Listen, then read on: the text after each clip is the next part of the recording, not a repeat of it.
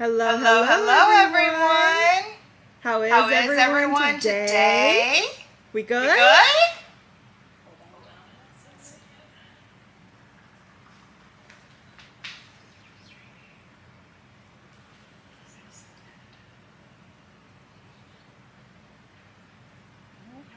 Not there. Yes, no, you're good. Hi, everyone. How y'all doing today? We were just making sure our camera was on. Hope y'all are having a wonderful day. And I hope you had a great weekend as well. I sure did. I got to hang out with my husband and my son. Hey, Hey, everybody. I'm just waiting for you guys to come on in. While we do that and we get everybody in here, I just wanted to remind everybody that hey, welcome to Rock Talk with Robin. I'm here to go over some amazing gemstones with you. Just a reminder of who I am. I am the resident geologist here. Oh, they're saying there's a bad echo. Is there any way we could help with that? We're gonna look into that really quick. Sometimes it's on the camera. Let me look into the echo, okay? Can you read it? How do I do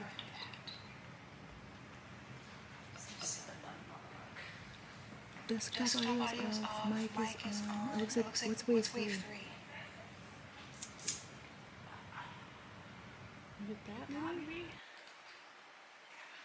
Can you guys hear me now? Is that better? It's a really bad echo. Is that better? Did the echo go away?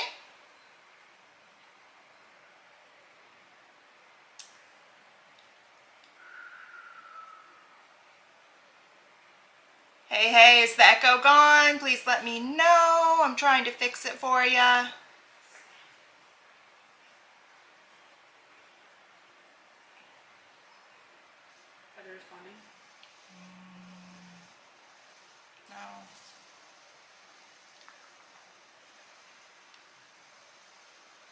Okay, yes, good, awesome. Thank you guys so much. Sorry about that. Okay, sorry about that. We're good to go now. I wanted to make sure you could hear me very well. So, oh, I'm so glad you loved your surprise bag, Tammy. I love making them. It just makes me feel good when I make them, and it makes me feel good when people say they like them. So hi everybody, again, sorry for the echo. This is Rock Talk with Robin. I am here to talk about stones. I'm the resident geologist here at Sage Goddess. I've been here for basically 10 years now. It feels, I don't know, I've been here, this is my home, so it feels like I've been here my whole life. We're gonna go through a few different stones today. We have some amazing stuff. I do have a wonderful giveaway for you guys at the end. I was so excited when I found it. So let's get going, let's get started, and we are going to begin with one of my favorite stones ever. And one of the reasons why it's my favorite stone is because when I was first learning about it and I was learning how to carve stones and cut stones, it was actually one of the first stones I was able to carve. A good friend of mine who taught me gave me a few different slabs of this stone, and he taught me basically how to carve it and how to make it look good based off of the inclusions. So I had to do it. I had to bring it to you guys. And what that stone is Crazy Lace Agate. And Crazy Lace Agate is only found in one area. It's found in Chihuahua, Mexico, which is in the northern part of Mexico. And there's other agates out there that are similar, like you might see like a Rosetta Jasper or like a Laguna agate. And those are a little bit different. The Crazy Lace Agate that I'm about to show you has very particular coloration and markings, and that's how you can tell. A lot of the stones I actually brought today to talk about come from single locations. And that's something that's really fun because it's more rare when it's a single location stone, because it's like once it's mined out in that area, it's gone. So it really kind of makes it special when you hold that piece, because you're holding an essence of that place. So for me, whenever I use Crazy Lace Agate, I'm holding the essence of Mexico with me. So let's get started. Let me show you this beautiful piece that I have here. So this is a very good showcase of Crazy Lace Agate. Crazy Lace Agate by this yellow coloration in there, and a lot of times it'll have some reds in there too that are a little highlighted in the grays. The other thing it needs to have, and where the name comes from, is actually these really random lines that you see in there. So if you look here, there's all those random lines and squiggles. That is a perfect showcase of a Crazy Lace Agate. I have this one here to show you, and that really brings in that red that you see. And let's get into how that's formed and why we see these lines. So the formation of Crazy Lace Agate is due to the variety of chalcedony that it is. And it's this chalcedony is a microcrystalline quartz that's infused with trace elements, and is often brightly colored and complexly patterned, as you can see, right? All the different colorations is due to those trace elements. As it's forming, the different trace elements come in, and basically, again, as you're going through, I'm going to show you on this one, as it's lining up, each line of this is a different part in time. So there's going to be more of one, and then more of another, and more of another as it's going through. And the reason for that is because this is also caused by ash and lava. Not all agate is created by ash and lava, but this one is, and that's one of the reasons why it has this formation and all the crazy lines in it. To get these colors, there's iron oxides like limonite and hematite are what's producing these yellows and browns, while manganese oxides paint the reds and pinks, as you're seeing here. And black and gray bands that you always see, and is a very common thing in the Crazy Lace Agate, is often the result of inclusion varieties of flint and chert. The white color that you see, let me show you a good one that has great white in it, right here. So this one, you see how it has these really sharp zigzags with the white? The white is due to just pure silica. So again, pure silica is basically like the quartz that you're seeing. So, the intricate interplay that you're seeing of all these minerals going through here is the light that gives each Crazy Lace Agate specimen a unique fingerprint. I mean, look at the difference. If you look at your own fingerprint or thumbprint, each one is going to be different on each one of your fingers, just like Crazy Lace is going to be different in each and every part. There's not going to be any two Crazy Laces that are going to be the exact same. It does look like rivers, right? This one looks like a nice sharp river, maybe up in like the Arctic Circle or something, and all this was ice. That's what that one looks like. And this one looks like a trip down the Amazon. But the thing is to me, this is the Earth's fingerprint. This is Gaia's fingerprint that she left on this planet to be able to show who she is and the mark that she gave to this world. Crazy Lace Agate is a very old stone. This developed and grew into these forms way back in the Cretaceous period, and that is 65 to 90 million years ago. So, you know, I think it's before any of us were born. And the geological formation of Crazy Lace Agate is a very fascinating process. It involves the combination of volcanic activity, hydrothermal processes, and the deposition of silica-rich fluids within cavities in the volcanic rocks. So basically there's going to be volcanic activity, the volcanic rocks, and then like little pores in those rocks is where it's going to be created. So let's dive a little bit deeper into that. So let's start off with the volcanic activity. The formation of Crazy Lakes agate begins there. Significant I can't speak, I need some water. I am so sorry, guys.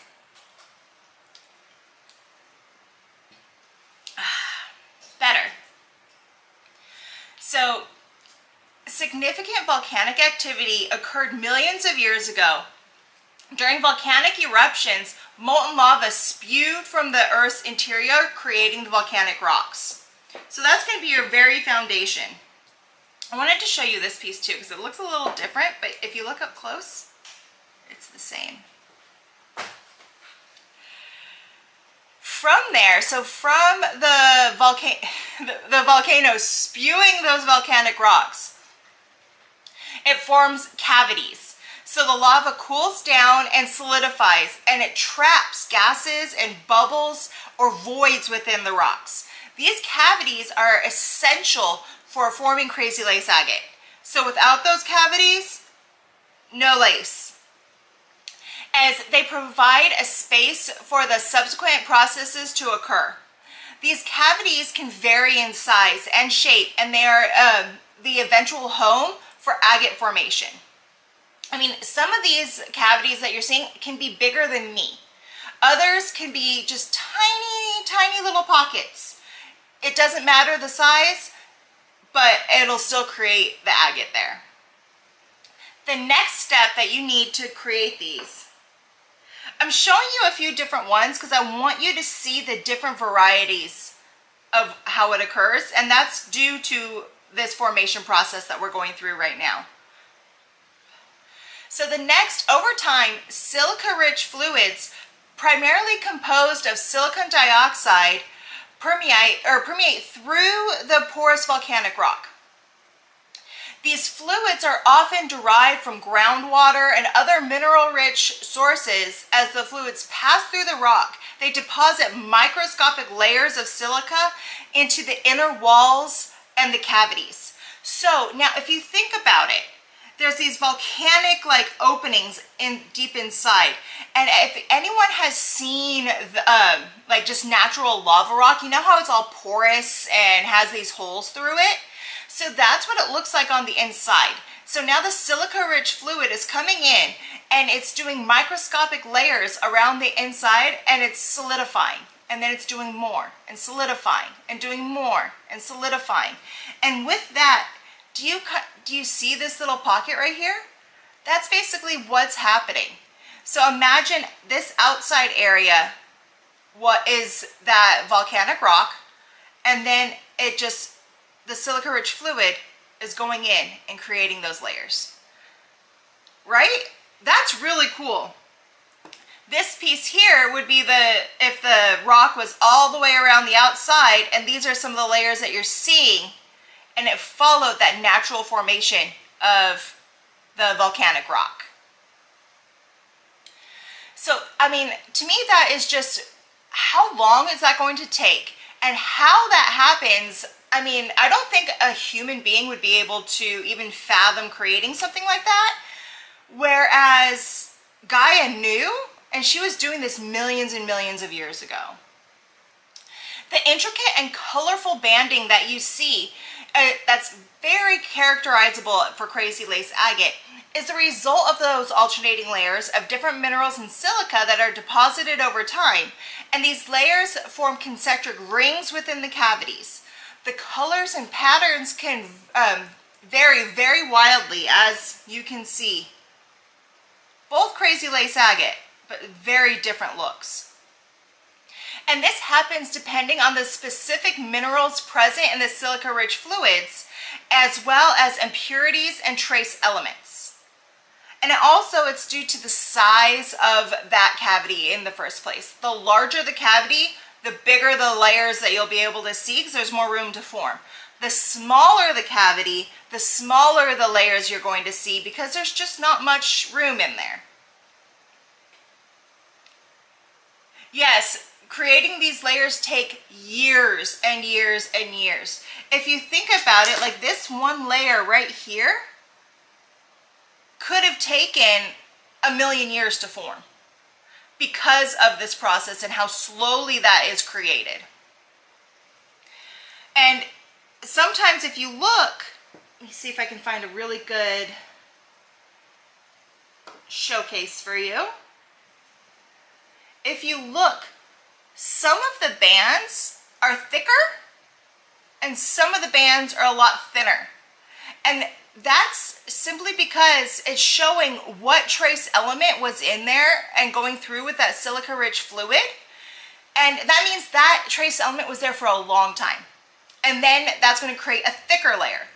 When the trace element that is there is a thin layer, that means that the geology of the earth and around it was changing so fast that it didn't have time to really make that layer that one solid color. And sometimes within the layers, you can see like different variations, and that's because like in here, if you see how it's like it's the same layer, but it kind of changes from this brighter white to a less white to back to a brighter white. That's because there was just the way how it's going and it was changing so fast that it didn't have time to just solidify in all those areas. The next, I'm so happy showing the different ones to help. I always am like, oh, do I need so many like ones to show? And I'm like, no, I want to, because I want to show you the different varieties. So I'm glad it helps you. The next part of the formation of this stone is slow cooling and crystallization.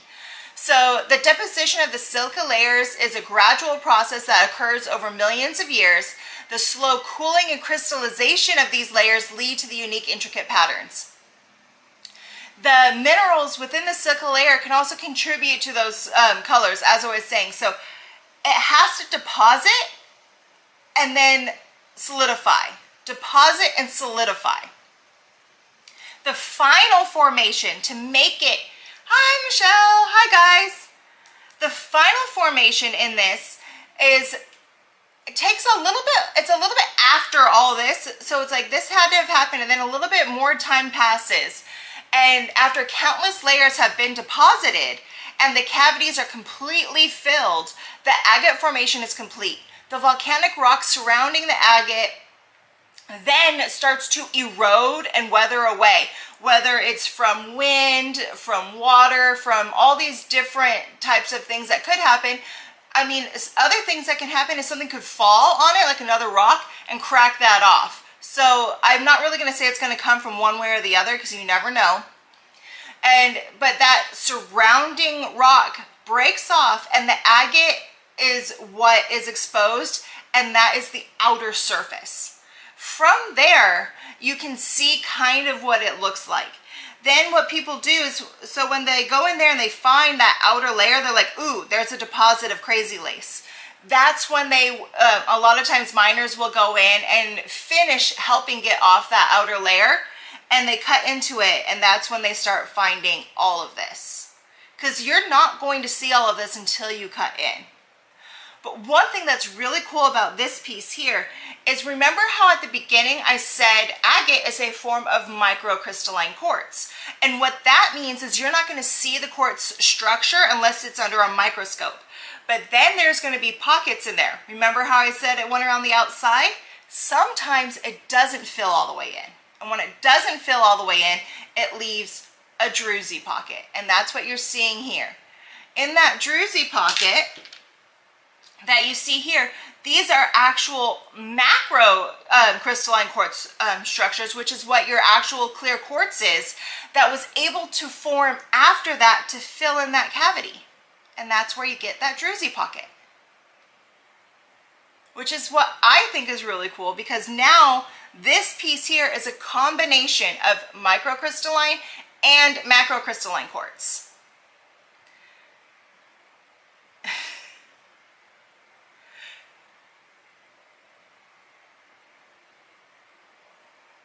Yeah, so that's a great question, Diamond Dust.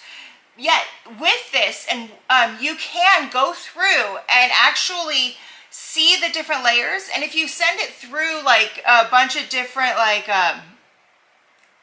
scanners, readers, you can actually tell what was going on during that time. And that is how geologists of the area are studying these pieces from especially ones like this that are only from the one area, and they can tell what's going on. What happened during that time? Was it really rainy? Was it dry? Was there what, so forth and so forth?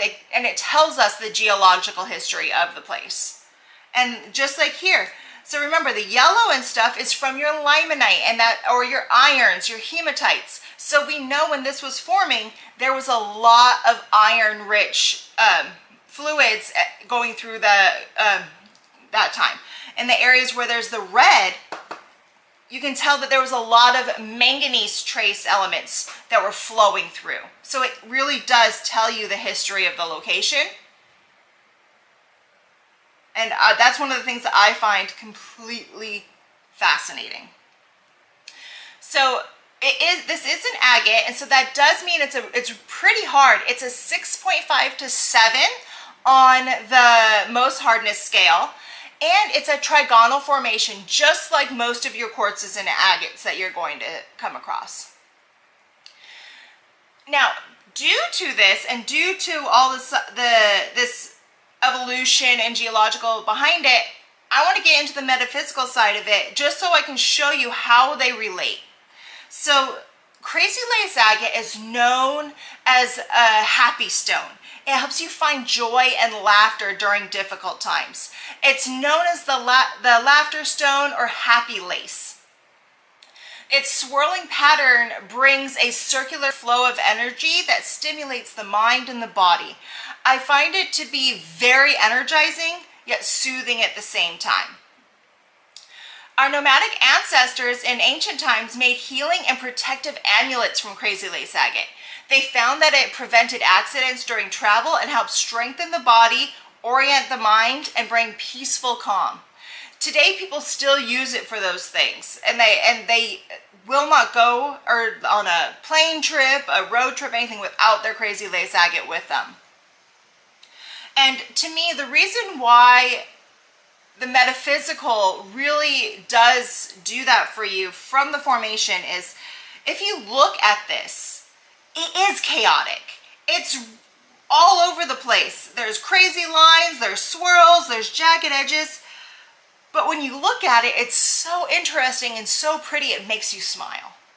And so that's why I like to see how the geology really affects the, the mythology, the metaphysical, and how it really ties together. So, as you're going through Apothecary, the area where I would really use crazy lace agate is to go with actually this month's teachings. I use it to help me navigate through our plants to find our safe passage in herbal learning. So I know you're going through the plants right now. Some of them might, and some plants can be dangerous to you. Some plants can be beneficial and healthy for you. Some smell good. Some do all these different things. Crazy lace agate will help you go navigate that path and find your safe way through it. So that's how I would use it. That's how I would go. It's up to you and how it makes you feel, but that's what it is. Do you guys have any questions on crazy lace that I can answer you before we move to the next one? Oh, you're never late. Come on in anytime. The more the merrier. We're all a big happy family here. I think everybody needs more happiness, especially right now with what's going on. So, I mean, if I could go and give crazy lace agate to everyone in the world, I would. If you can't think of any questions now, don't worry. We can talk more about it at the end. If something comes up. Are you guys ready to go to the next stone? We have another one of my favorites. We're going to go to a different continent on this one.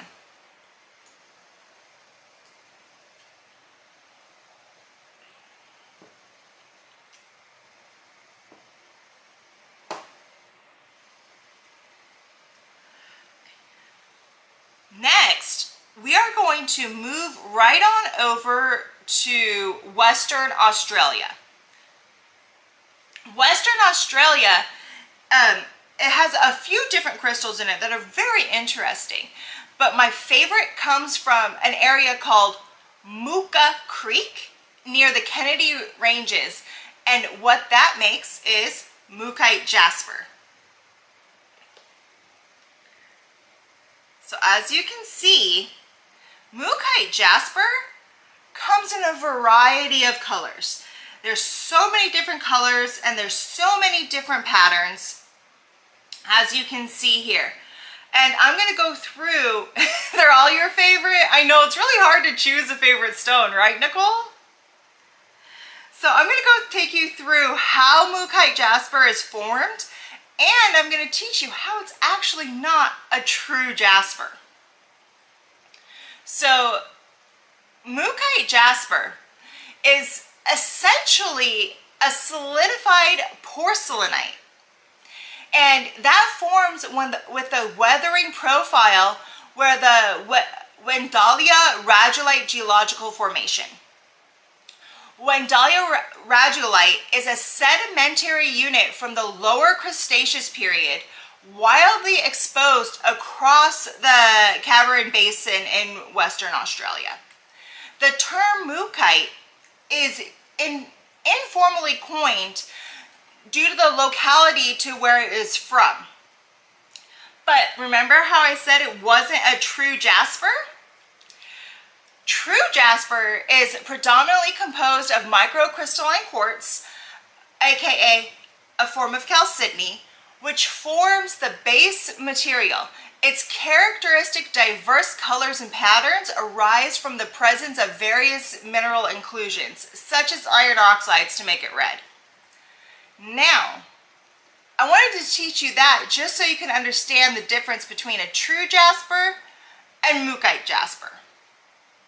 Mookite jasper is primarily composed of fossilized Rhyolite chert, which is a type of microcrystalline quartz formed from the silica shells of ancient marine organisms known as radula. These tiny organisms existed millions of years ago in the oceans, and over time, their silica skeletons accumulated and solidified into what we now recognize as Mookite jasper. This process gives Mookite jasper its distinct colors and patterns, and it's reflecting the geological history of the ancient marine environment where these organisms thrived. So, regular jasper is just a microcrystalline quartz that is not that's not translucent, but it's just made from earth, basically. Whereas Mookite jasper is made from similar material, but it's due to oceanic occurrences and from shells from ancient animals. Which is, from my understanding, this is the only stone that does that. Now, if you guys know of another one, please let me know. I would love to study it, but from what I know of, it's the only one that is made out of the Rhyolite chert. So, I don't know, it's a cool gem and it's an interesting piece to me. But therefore, Mookite jasper is more accurately categorized as a Rhyolite chert or a siliceous sedimentary rock rather than a jasper.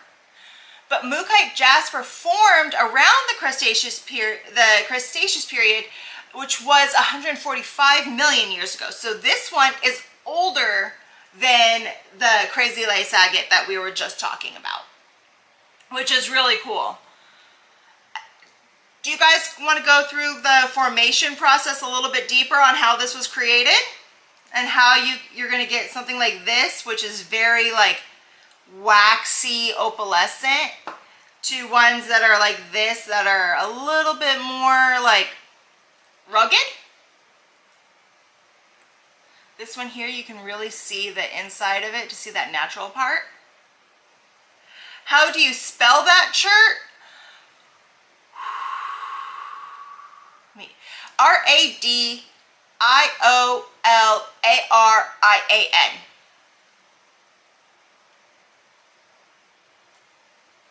So, I actually have had luck carving mookaite jasper. It is harder to carve because there are parts that are harder and some parts that are softer due to the trace elements. But I have had great luck doing it. You just got to go low and slow to make sure you get it nice and even. So Radiolaria were indeed microscopic marine protozoans that thrived in shallow seas, including those in Western Australia, during ancient geological periods. These organisms processed intricate silica shells that accumulated on the seabed over millions of years. As sedimentation continued, these silica shells became fossilized, contributing to formations such as mookaite jasper, which reflect that rich geological history. So what's really cool about this is the way how this one is formed is extremely similar to how petrified wood was formed, but it's due to just the stuff that was there, and it doesn't need that wood from the tree to have gone down to petrify. That's like the closest I can kind of relate it to another stone. As the sea levels receded over millions of years, the layers of sediment that were left behind by those marine organisms were gradually buried under the additional layers of the sediment. So there's going to be all the loose stuff and then it gets buried. So all this was underneath like this. And it was the weight of the overlying sediments along with chemical processes led to the compaction and the hardening of the lower sediment layers. So this was all loose and then other stuff went over and right? This transformation from the loose sediment into solid rock is known as lithification. I like this one here, how it's very smooth and light, with just a little bit of the cracks in it.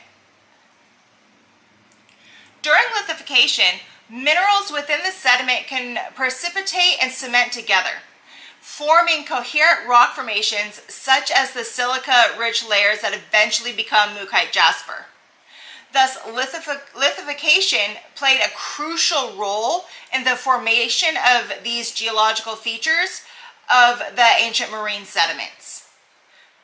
Groundwater enriched with silica, iron, manganese, and other minerals played a significant role as well. As these mineral-rich groundwaters seeped through the sedimentary layers containing the fossilized radula, it interacted with the silica shells and other components present. Over time, these interactions led to the deposition of additional minerals within the sediment, and that is what created the colors. So unlike the agate where it was formed in a geode basically, it's just the layers in the earth that got compacted, and then all those same trace elements that were going through permeated through those layers, and that's why some of them you can see here where it's light and there's just a little bit, because that means this part here was so tightly packed, not much was able to get through. And then in one like this, as you can see, this was an area that had a lot of like that limonite and hematite in there to really get like those yellows and reds that you're seeing. And here where you have some of the these purples and stuff, that's where you're going to have some of those manganese in there to really bring out pinks and purples to mix with it.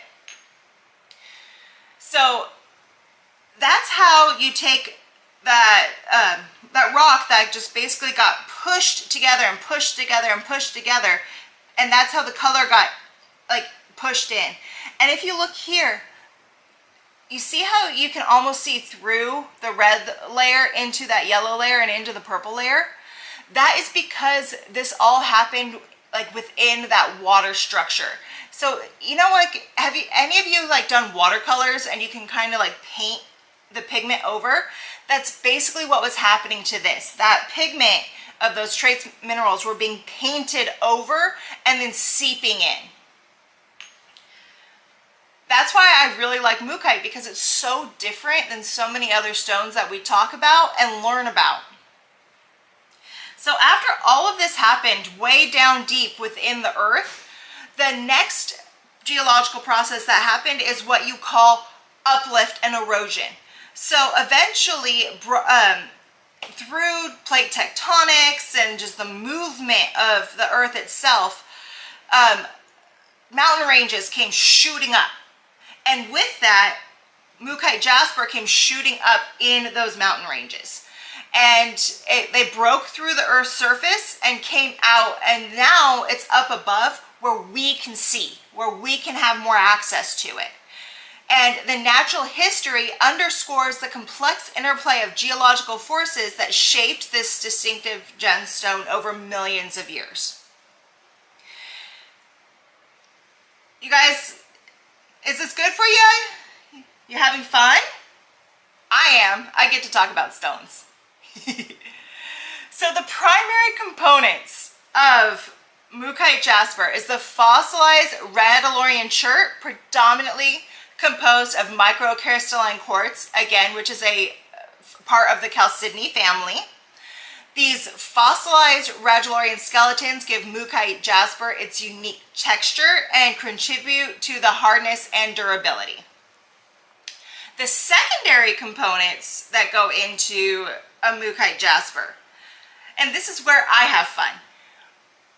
Varying amounts of different things like limonite, hematite, and even opal go in and are within these stones, influencing the stone's vibrant colors and patterns.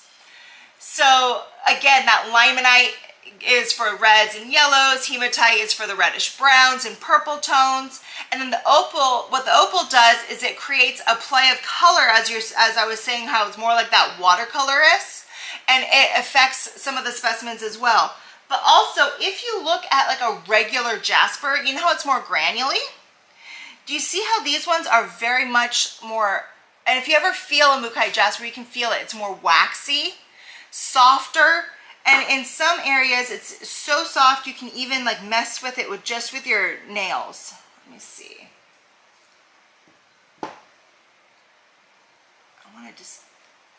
I had one that was pretty soft. Look at this one here with all that play. So to me, when I look at this one, this means that that sedimentary rock that was really compressed had a lot of fissures in it and cracks. And that made it so a lot more of those trace elements can go in there. And then you see here, that's because it's softer, right? And you see those cracks? Most jaspers are going to be at that 6.5 to 7. Mookaite jasper isn't. Mookaite jasper can get up to a 7, but they've also found some on the most hardness scale that are down at a 6, and some that have even fallen down to a 5.5. And that is due to the opal that is in there, because remember, opal is extremely soft. So mixing it is going to make it so that it comes way down. Yeah, the purple is really cool, and that purple is due to the hematite mixed with some of the opals and everything else that's in there. It is a trigonal structure that is, and because it's a trigonal structure, and because they have found the microcrystalline quartz, that's why so many people were calling this a jasper, giving it that name. It wasn't until they were able to really go deeper down into it and find out more to find out that they're like, wait, it's not really a true jasper. Can any of them be lab created? Maybe, but it's not going to look the same. These are so, both the Crazy Lace and the Mookaite that we have gone over, I have not seen really lab created ones in these forms. They kind of can, but it definitely looks plasticky. Like, you know how they sometimes fake the malachite and it looks like plastic? That's kind of like what you would get here too. You're not going to get the same textures, you're not going to get that creaminess, and I mean, somebody might try to lab create it, but it's not going to look like the real stone. If somebody does figure out how to make it look like the real stone, man, I don't know how they did it. So now to go into more of the metaphysical side of this stone. So it's known as the beauty stone. It's a crystal source of eternal youth, like the fountain of youth, right? The flow of energy promotes graceful aging and keeps your skin healthy and glowing. The name Mukha, meaning running water, infuses this gem with the energy of the water element. This also links it to Venus, the goddess of love and beauty. And that's kind of where the metaphysical came into it. Because this is so made of water, made from creatures that were of the ocean. And remember, as I showed you, that watercolor-esque designs that you're seeing there. And like here, where it's like the blushing of color. That is bringing that water energy. That's bringing the Venus energy. And that's how it got tied to, the beauty stone. The other side of it is it's a healing stone, and it brings emotional healing, connects you with the earth energies, and activates your life force. So because of that, because it's calming, because it is just so soothing to your soul, just think about it. As we go through life, it's hectic, and we're like, and we're constantly like squinting our eyes and doing this and going that. That's going to speed the aging process. Mookaite jasper helps you slow down. It reminds you to go with the flow, relax, be soft like the Mookaite jasper. And when you do that and you bring into your daily routine with Mookaite, especially when you use something like this one's on a kabuki brush. And the thing I love about that is, like, if you're using this the way how you should, some people take it and they put their blush on like this. Other people use it to, and just think, if you're using this stone and you're like, okay, slow down, ease, you're going to relax those muscles in your face, relax the muscles in your neck. And when you remember to do that and take a step back and slow down, that's how it helps in that aging process. Because the more you can do that, the more it's going to slow it down. And that's why I love these. I have one of these at home and I do use it. I absolutely love it because every single time I do that, I go through my mantras with it, remember. Slow, ease, release, right? I really like to try and bring the scientific side and the metaphysical side together, because there's a lot of people, I know none of you guys here, because you guys are all on the same page, but there's so many people, they ask you, well, why do you use stones? Well, what do they do? I love to be able to help bridge that gap, understand the scientific side, and see how you can use that to bring it in and use the metaphysical as well. So one thing that I thought was really cool was to remember with this stone, and a great mantra to say as you're using it. You are radiant, you are divine, you are the reflection of beauty. And when you do that over and over, it helps you release. Also, the light that you seek is within you. You are one, you are kind, you are great. I love it. Say it in the mirror. Use this, look in the mirror, say that mantra, and always remember you are beautiful, you are wonderful just how you are. That's what this stone means to me. And that's one of the reasons why I wanted to bring it today, because I want everyone to feel happy and healthy with who they are. So now, I have a fun fact for you about this stone. In indigenous Australian cultures, mookaite has long been valued for its connection to the land and its grounding properties. It is considered a stone of strength and protection in these traditions. So that's one thing the other thing that I think is so cool is because to so many of us, this stone is all about beauty and love and water. But to the indigenous, this is their stone of grounding and protection. Because so much of Australia, it's like dry now, right? But so many of the rocks were created from the water. So the fact that they take a water element stone but they associate it to grounding is because that's where they found it. And it really reminds you that all four elements are intertwined. All four elements need the other one to be able to, be who you are, be who they are. Fire needs air to burn. Fire needs water to get pushed out. Fire needs earth to grab onto. And same thing, water needs fire to bring it to boil, right? Water needs air to help push the tides. And I can go on and on. Remember all of our elements are intertwined. And that's a great thing that the indigenous people of Australia are teaching us through this stone. Do you guys like mookaite a little bit more now? I do. I love it. I've always loved mookaite jasper. It's beautiful to me. I have one more stone for you guys.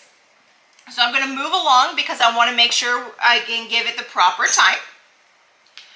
The last stone we are going to talk about today is a really, really cool one. And this is actually going to be building off of a stone that we talked about last time. But now we're taking that stone that we talked about last time and adding a few more things to it. So this one is really cool because it was originally thought to only come out of Brazil. But now, as we've studied it and we're looking around, we have now found some other areas where you can find this combination in Madagascar, Canada, and India. Who knows, in 20 years we might find it in Antarctica or somewhere else. I don't know. I'm waiting to see. But what we're going to talk about now is Super 7. So remember, we talked about amethyst last time. And now we're going to build on what we learned from that amethyst. Super 7 is a combination of 7 potent minerals. And that's where some of the confusion is. A lot of people say, oh, it can't be Super 7 unless it comes from this one mine in Brazil. Not necessarily the case, because according to geological terms, a Super 7 has to have amethyst, clear quartz, smoky quartz, cacoxenite, rutile, goethite, and lepidocrosite. If it holds those 7 stones, or those 7 minerals, it's a Super 7. So it's not just from one mine, it has to hold those specific 7 minerals. In this piece here, you can really see what I'm talking about. So the history of Super 7 dates back to the late 20th century when it was discovered in the Espírito Santo region of Brazil.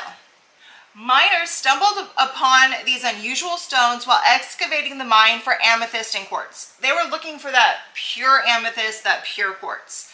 And they accidentally found this. I mean, accidentally found this? If I saw this, I'd be like, I want it, that's mine. But I don't know what they were thinking about.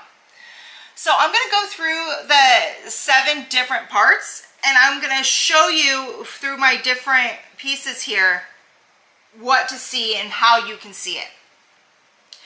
The first one is the amethyst.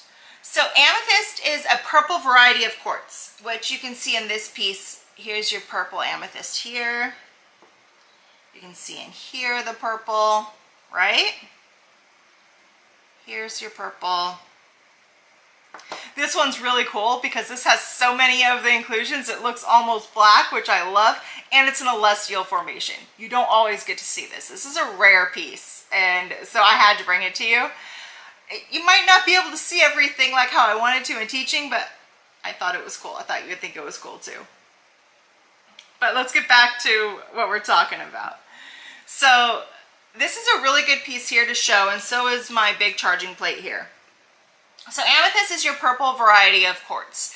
The next thing you have to look for is clear quartz, and that's what you're seeing here. The clear areas, the wider areas, that is another beautiful way of seeing a Super 7. After that, you need your smoky quartz. So the smoky quartz is going to be a variety of quartz with the dark coloring coming from the aluminum and the natural heat of the earth. And so if you look here, there's a great line of smoky quartz right in there, right? And there's some smoky right there. After that, you need what is called cacoxenite. Cacoxenite is a hydrated iron and aluminum phosphate. And let me see. Let me find a great one to show you with the cacoxenite.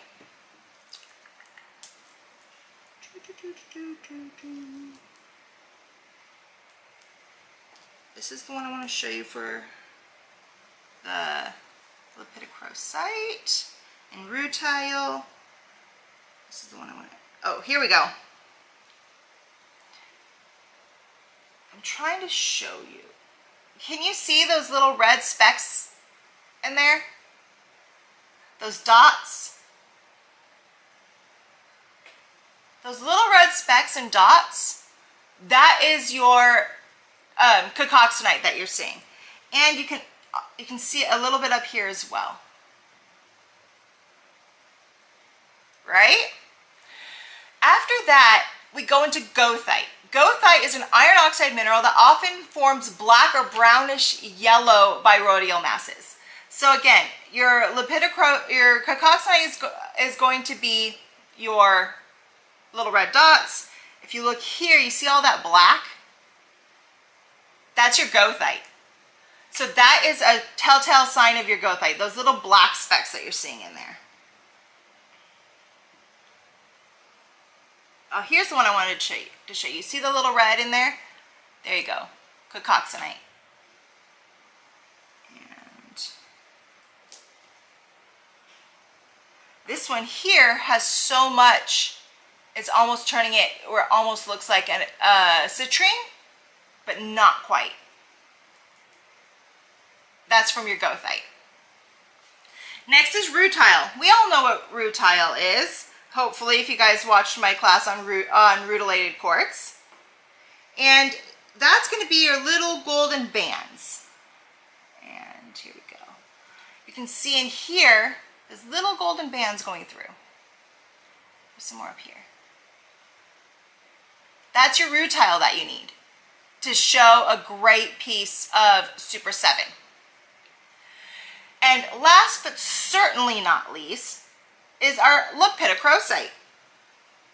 Lepidocrosite is a mineral composed of iron oxide and hydroxide. It typically forms red to reddish brown needle-like inclusions, and they look like little fans. I think they're really cool. Do you see that? Right there. There's your lepidocrosite.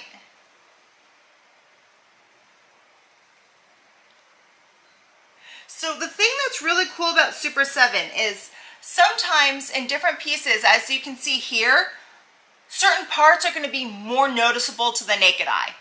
Other times you can see some aspects, but then other parts of that those seven are going to be hidden deeper in the stone. Where if you do break your stone open, if you do run it through testing, you will be able to find all of these. But it's not 100% always going to be visible to the naked eye. But that's why I really wanted to bring so many of these so you can see what it is to look for when you have a Super 7. This piece is really cool because it's almost like banded through. Haha, give me 1 second, I'm grabbing a flashlight.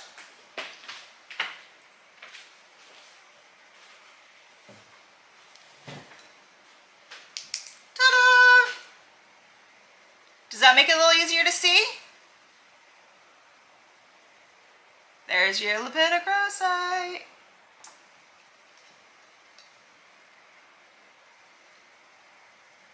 Oh, now you can really see those black dots. You like those black dots? This is another way to really tell on your Super 7s. Put a light through it. See what you can find.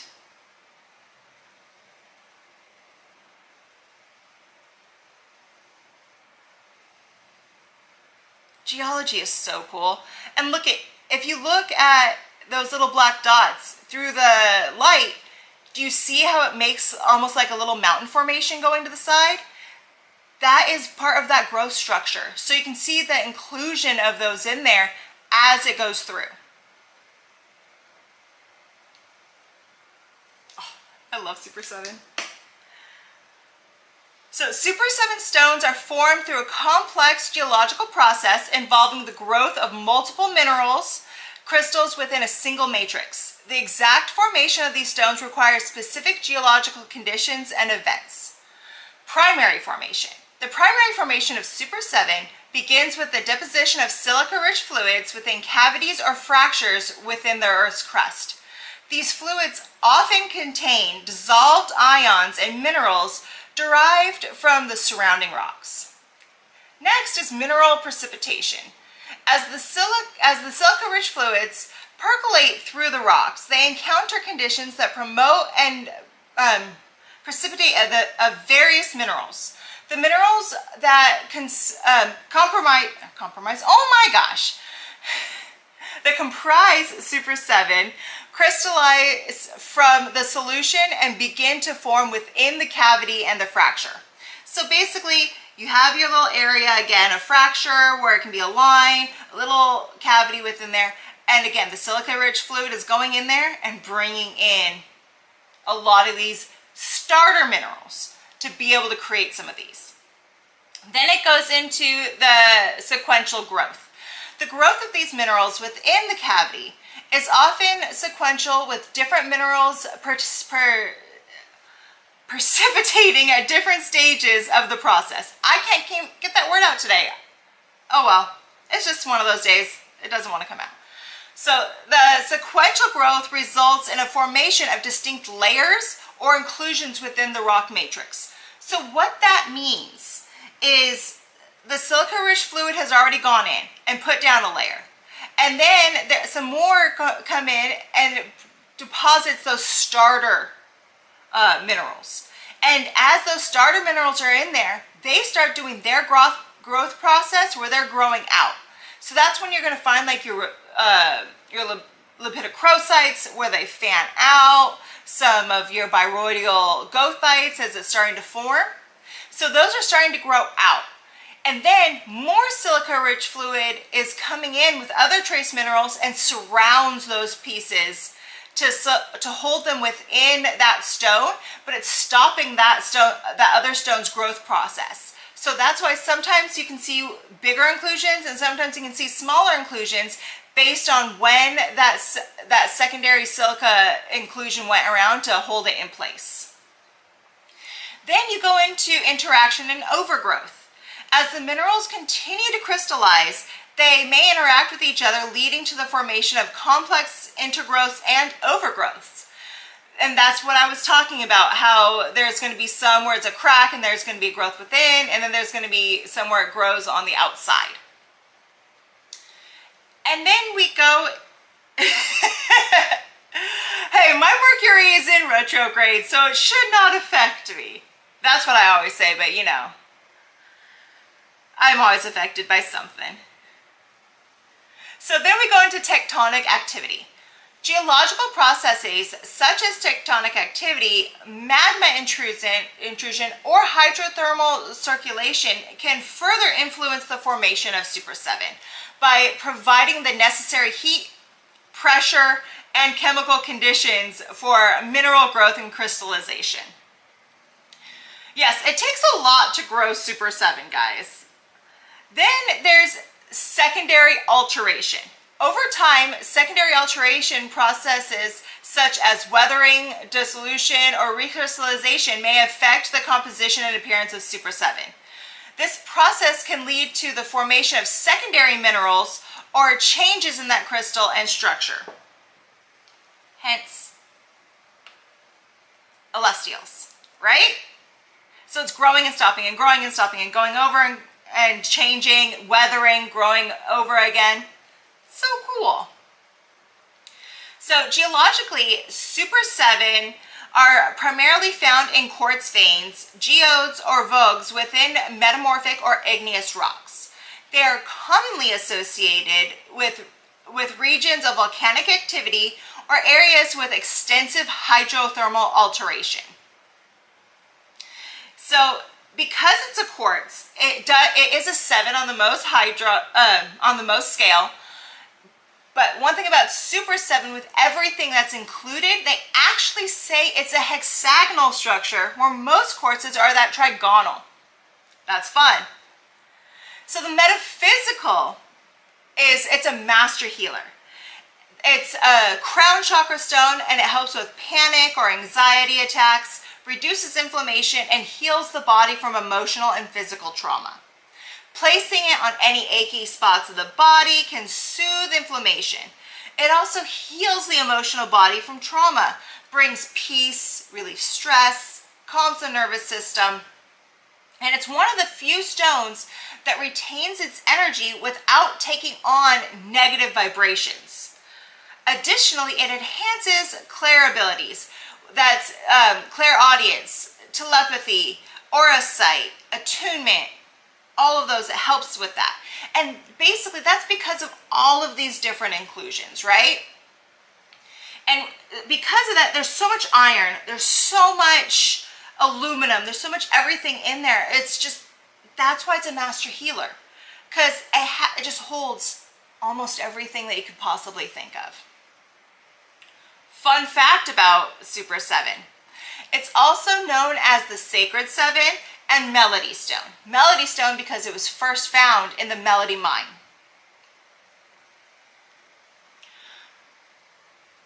So which location, I got a question of which locations of Super 7 mines do I prefer? What location has the best Super 7? So I like them all for different areas. The Brazilian Super 7 is great because you can really, that's where you're going to get like these celestial structures, because celestial, remember, is a strong trait of Brazil. And that is where you're going to get some of this more like richer, deeper. But the stuff out of India, actually they're finding some extra special little things in there. That's why sometimes it's called the Super 8 or something like that. But I love it because it's lighter. The Brazilian stuff is heavier, and it's like if you really want to, you get Brazil. If you want something, the Indian ones, it's a lighter lilac of your of the amethyst. It's a lighter smoky quartz, but it still holds that. So if I really want a powerhouse, I'll go Brazil. If I want like a lighter, just help me get through, more ethereal, I'm gonna go with India. And so that's why, if that kind of helps you, I think it's always good if stuff's coming in from multiple locations to get something from each location, because they're all going to hold something different.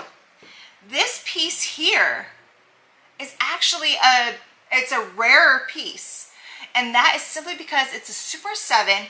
Not only is it double terminated, but this is a Super 7 Brandberg. They found it in Brandberg, Africa.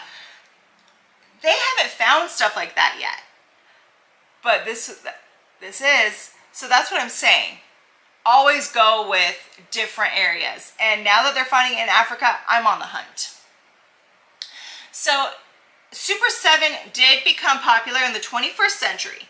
Before that, it was referred to as just amethyst cacoxenite, and it's because that was the two primary minerals that they saw in there.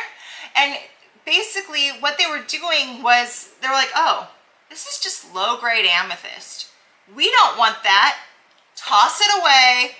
We don't want it because we're looking for that pure amethyst. It wasn't until some geologists really got in there and saw what was in there where we're like, whoa, we need to bring this to the people because this is something special.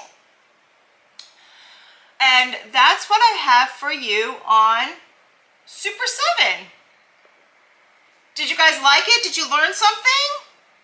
I mean, we went from Mexico to Australia, down to Brazil, a little bit of India and Africa. I hope you guys enjoyed it. I am in love with all of these stones, and I'm so happy you guys were able to join me. Are there any questions? Please, if you have any questions, I'm here to answer. If you think about something later, you can always post it on the apothecary page. I get on there a lot, and if I see something, if you tag me on there, I can see it, and I'm more than happy to answer your questions. I'm so glad you guys liked it and you learned so much. I did promise you an extra special giveaway, right? This is a Teardrop Super 7 Palm Stone. Which is my favorite? Oh, come on, Diamond Dust. How can I tell you which one's my favorite? I say everything's my favorite because I love them all, but I am an opal girl. But out of these three, I really can't tell you. I love them so much. So this is going to be the giveaway I chose for you guys. It's this beautiful Super 7 Teardrop Palm Stone. If you would like this, please leave a comment, say yes, say OMG, say, make me laugh. I always like a good laugh. And yeah, I want this to go to a great home. Yes, Nicole, there are anhydrous Super 7s. Yes, there are. I have seen one, I have held one, it's amazing.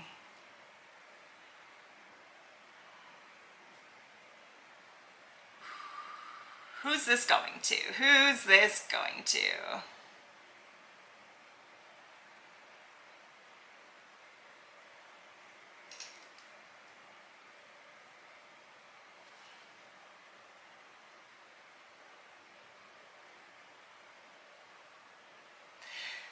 Lena, all of these you can use with what you're learning in August, but I also try to find ones that will go with many different months that you're learning.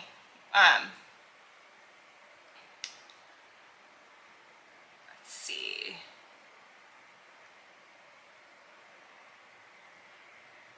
You're right, Michelle, that you can find it in Canada too. Let's see. Alrighty. Who's this going to?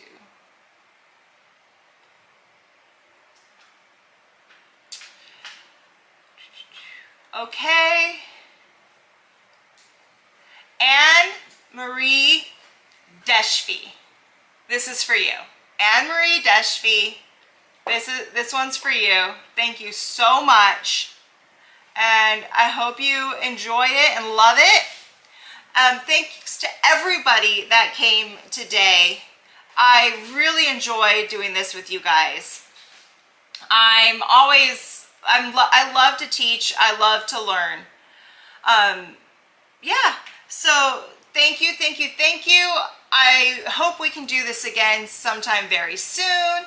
And if you want to learn more, please check out sagegoddess.com. We have so much information there. And come join us live tomorrow, Tuesday, August 13th at 3 p.m. We are going to be doing our live gem and mineral sale there. It'll be me and the wonderful Haven and the wonderful Hannah. We have a new game for you guys that I'm super excited about. I'm going to give you guys a little sneak peek. This one, if you have followed me and know my little fun facts, it might help you out in this new game. And and then again, you have your next session of Apothecary on Wednesday at 4, and I'm super excited for all of you. Thank you so much. You guys made this a wonderful time, and I hope to see you all soon. Bye, guys.